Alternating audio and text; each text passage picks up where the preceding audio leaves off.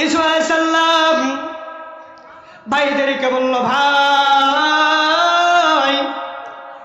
আমাকে আর মারিও না, এই মার আমি আর সহ্য করতে পারি না। আমি ছোট্ট ছিলাম যখন, তোমরা কতই না আদর করছিলে, তখন এত শরীরের ভিতরে আঘাত করে আমি আর সইতে পারি না। কিন্তু চরসরনা ধর্মের কাহিনী, পয়গম্বর ইউসুফ আলাইহিস সালামকে 2 ভাই মিলে আঘাত করতে শুরু করলো। ইউসুফ আলাইহিস সালামের শরীর থেকে রক্তগুলো ঝরে যায়। পয়গম্বর ইউসুফ আলাইহিস সালামকে তারা যখন জঙ্গলের কাছাকাছি নিয়ে যায়, একটি কুয়ার ভিতরে সামনাসামনি নিয়ে গেল।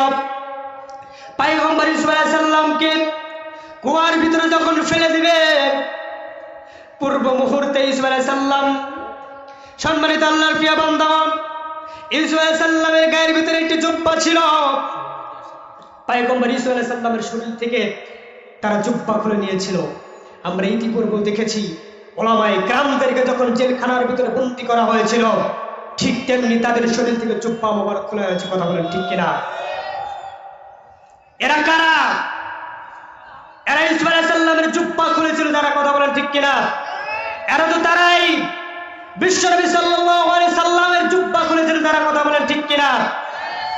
পয়গম্বর ইউসুফ আলাইহিস সালামের শরীর থেকে জুব্বা খুলে ফেলা হলো, সমস্ত শরীর তার উলঙ্গ করে ফেলা হলো।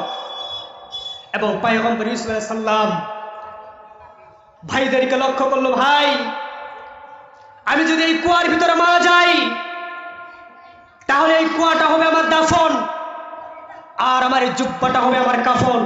অতএব এই কাফনটা, আমি এই জুব্বাটা তোমাদের কাছে ভিক্ষা চাই। ভাইরা সেদিন কিন্তু পয়গম্বর ইউসুফ আলাইহিস সালামকে সেই জুব্বাটা কিন্তু ভিক্ষা দেয় নাই।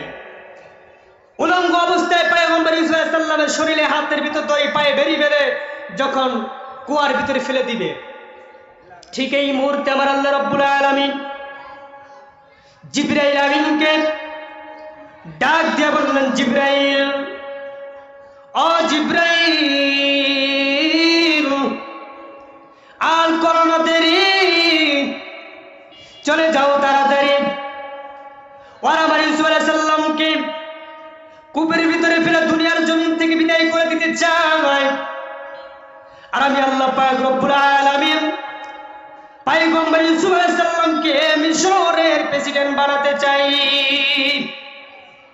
জিবরাইল আমিন আরশ আজিম থেকে লক্ষ্য করে দেখলেন, পয়গম্বর ইউসুফ আলাইহিস সালামকে কুয়ার ভিতরে যখন ফেলে দিচ্ছে, ইউসুফ আলাইহিস সালাম ভাইদেরকে লক্ষ্য করে বললেন, ভাই